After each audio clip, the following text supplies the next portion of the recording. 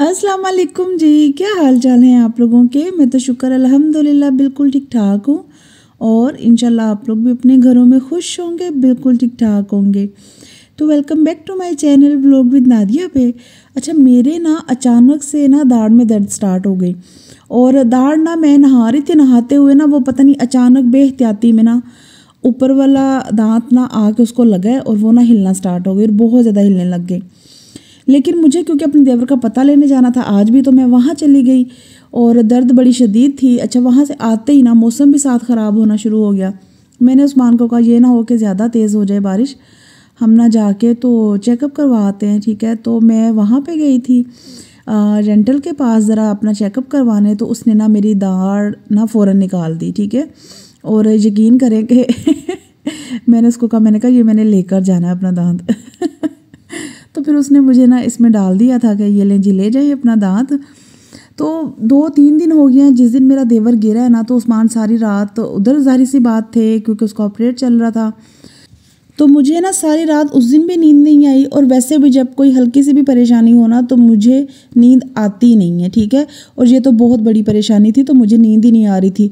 और दूसरी बात ये कि उस्मान घर पे नहीं थे और उस्मान क्योंकि हमेशा शुक्र अल्हम्दुलिल्लाह घर पे होते हैं, वो कहीं जाते ही नहीं हैं। इस तरह की इमरजेंसी खुदा न खास्ता हो जाए तो फिर तो सारी सी बात है, रहना पड़ता है, जाना पड़ता है। लेकिन उस्मान वैसे जाते नहीं हैं, वो 24 घंटे घर होते हैं। तो मुझे आदत नहीं है अकेला रहने की, तो मैं सारी रात जागती रही क्योंकि उस्मान हॉस्पिटल थे। ठीक है, तो बस उसके बाद भी ना फिर उस दिन से लेके आज तक तकरीबन 6-7 दिन हो गए।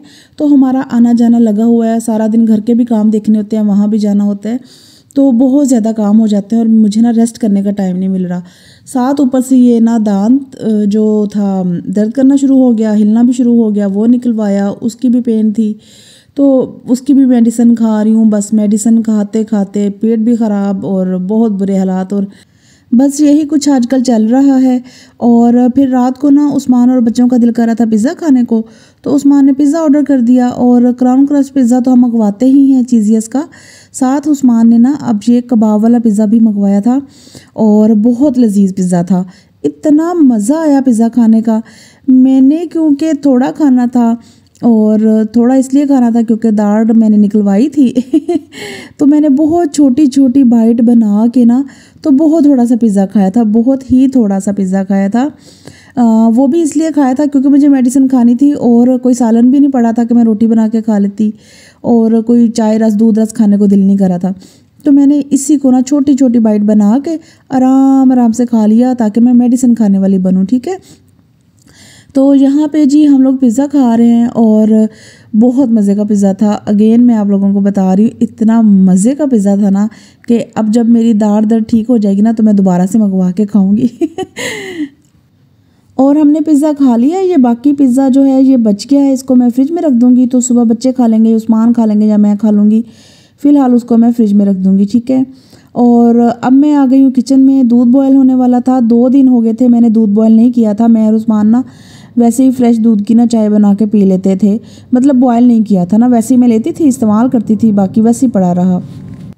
क्योंकि इन दिनों ना काम बहुत ज़्यादा थे, बाहर आना जाना बहुत ज़्यादा लगा हुआ था, इस वजह से ना दूध पड़ा रहता था। और बस फिर मैंने कहा चलो जी जल्दी से दूध भी बॉयल कर लेते हैं सारा।